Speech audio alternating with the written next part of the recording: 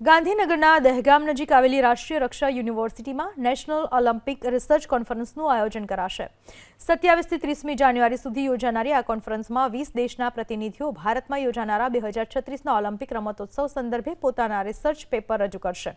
રાષ્ટ્રીય રક્ષા યુનિવર્સિટીમાં Bharat Olympic research સેન્ટરની સ્થાપના કરવામાં આવી છે, જેના બેનર હેઠળ આ કોન્ફરન્સ યોજવામાં આવશે। કોન્ફરન્સમાં અલગ-અલગ દેશમાંથી આવેલ પ્રતિનિધિઓ ઓલિમ્પિક રમતોત્સવને સ્પર્શ કરતી વિવિધ બાબતો અંગે પોતે કરેલ અભ્યાસની બાબતો 3 દિવસની કોન્ફરન્સમાં રજૂ કરશે। વર્ષ 2030માં ગુજરાત અને અમદાવાદ કોમનવેલ્થ રમતોત્સવની યજમાની કરવાનું છે।